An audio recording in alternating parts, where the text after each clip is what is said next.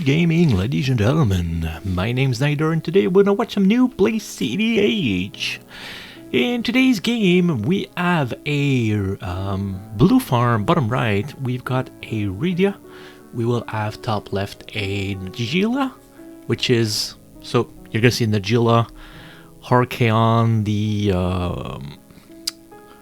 Warhammer 40k alt, you'll see. I think she has like 4 different ones. It's actually insane that Najeela got reprinted in so many different arts.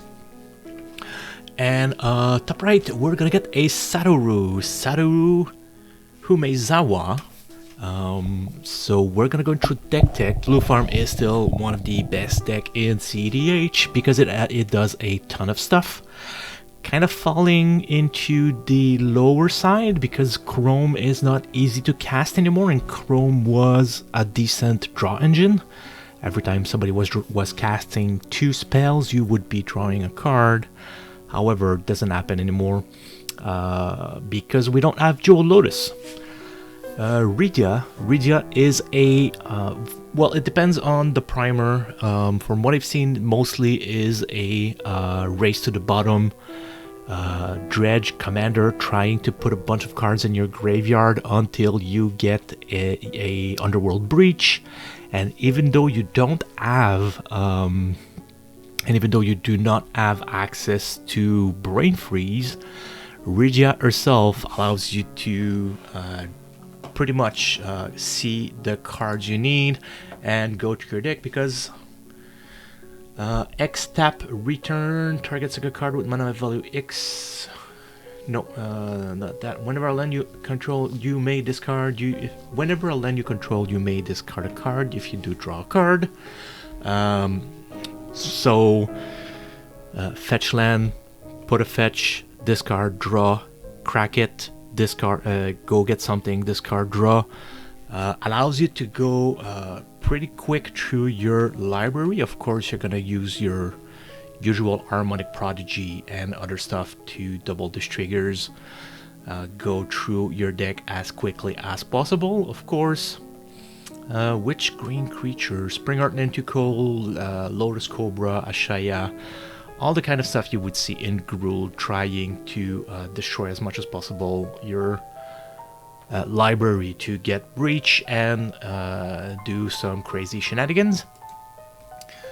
Top left is Najeela. Najeela is a 5-color good stuff, of course. More on the creature side. They would try to go and get 5 Wooburg to do extra combat step, and then do more and more combat steps so that they can go and close the game. Having access to all the cards, all the good cards, is a good thing for the Najeela deck. And we've got Satoru Umezawa.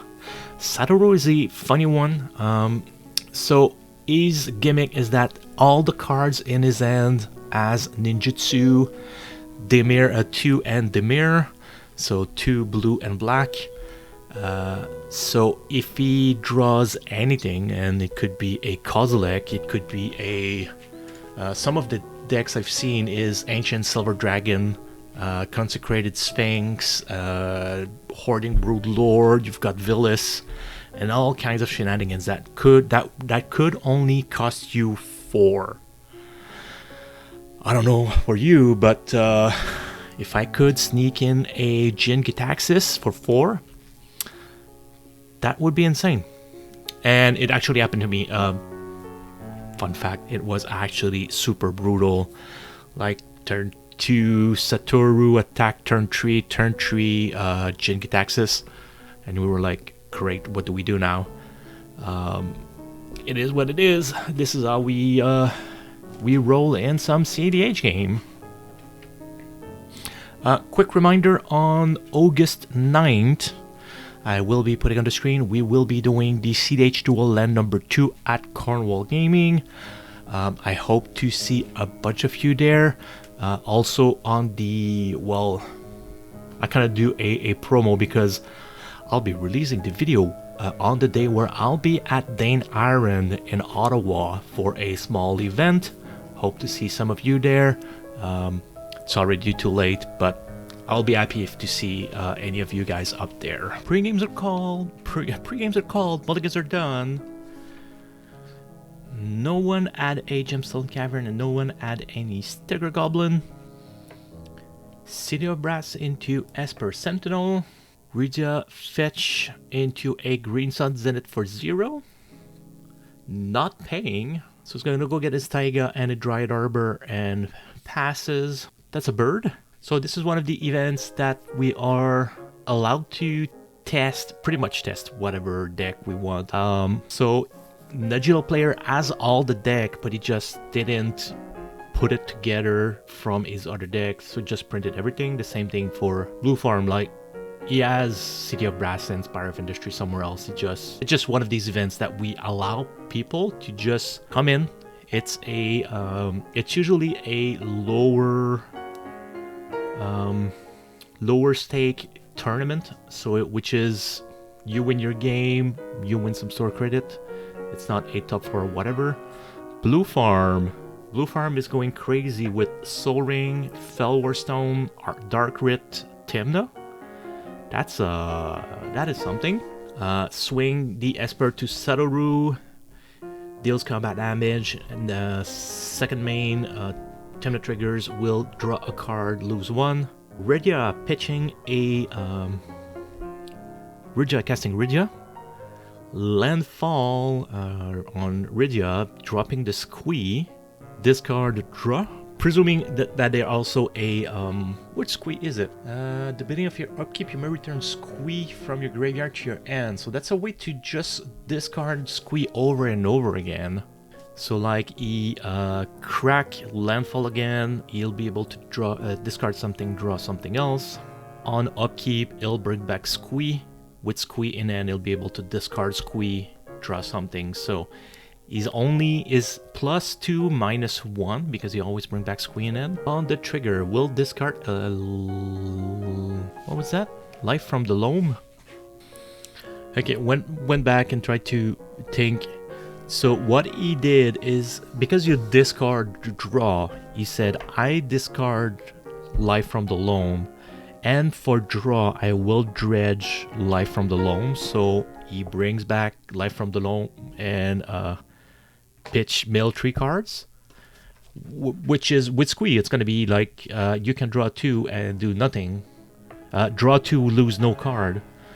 Vampiric Tutor for Najeela.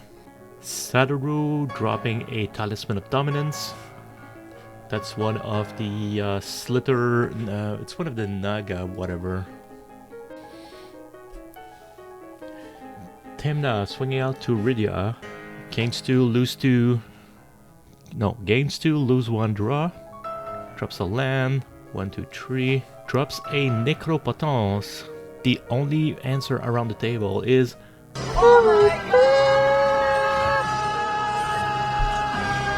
heard from across the room. Pays 7 to Necropotence. Actually pays 10 because he actually just drew 10. On end step, while he cleans up, Worldly Tutor for Rydia. Can go get a creature. The thing is, he only has 3 mana. 4 is if he drops a land. Harmonic Prodigy is something. He's trying to Deadly Relic on Rydia. So you've seen the Life from the Loam shenanigans with Rydia.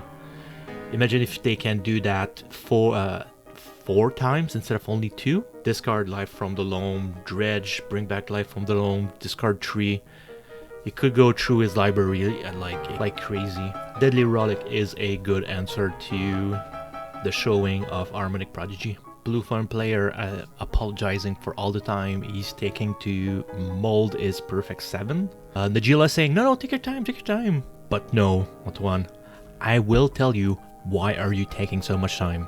Beginning of upkeep, Rydia bring back Squee. Will draw the Harmonic Prodigy. There's a Saga. Now the thing is, even if he plays Rydia, he kinda loses a turn dredging. Ooh, doesn't even do anything. End of turn, flashes Orcish Bowmaster on the Bird of Paradise. Ooh, Smothering Tides. Untap doesn't even untap before drawing. He says, I'm not gonna pay. I believe it's a Slither Blade. It is a Yuriko card. Unblockable. Well, it can't be blocked. So it is making sure that you can ninjutsu something. 1, 2, 3. Cast Satoru. Well, sure, Satoru was a 4. Oh, he's 3. No, he is 3. Okay. Drops a... it's a backside of a Bogart Trawler. Not paying for the Smothering Tides. Goes for a Nympsil. Going for an Nympsil pre-combat so that he will be able to draw that card after with Timna Trigger. 2 players are somewhat open. Pretty sure Satoru is a 2-4. No, attacking the 2-4 is too dangerous. He could block. However, he could swing Timna at Najeela and the Orcish army at Rydia, and they won't block. Rydia will not lose her 4th land. Esper? Whoa. Really? Blocks Esper and kills Esper. Going around and blocks Orcish. 4 damage. Talongate, phase out Orcish. Talongate's tagging Timna.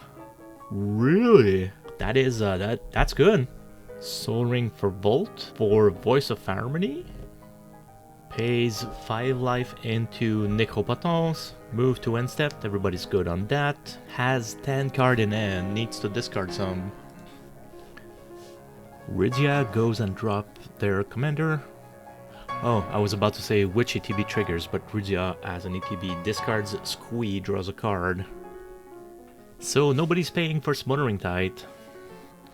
Ooh, Najeela being cast, nobody has any answer. Gets a Noble Hierarch. Goes to combat. Cannot do nothing. Goes to main phase 2. So, oh yeah, Slither Blade attacking into BlueFarm. No block, so it's gonna be ninjutsu something. Ninjutsu a Ancient Silver Dragon. Silver Dragon, he'll be able, if it deals combat damage, he'll be able to roll the draw 20. Roll a d20 and draw. Silence to be sure he doesn't cast anything after. BlueFarm is in position for winning. Takes 8 from the Ancient Silver Dragon. Whoa, that was a critical fail. Draws 1 card of a d20. Untap, phase in.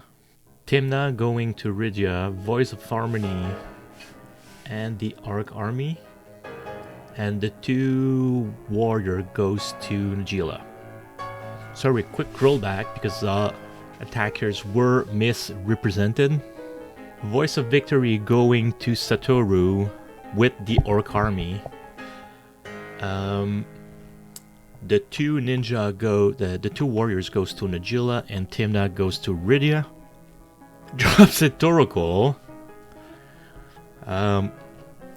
Somewhat spicy card, somewhat unknown spicy card. Voice of Victory on the board. Nobody can say nothing.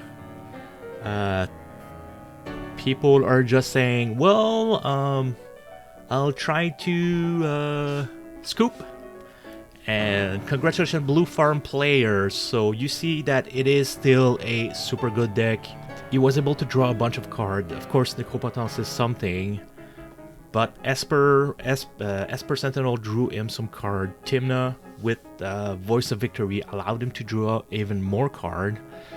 So it is still a super good deck. So congratulations to the BlueFarm player.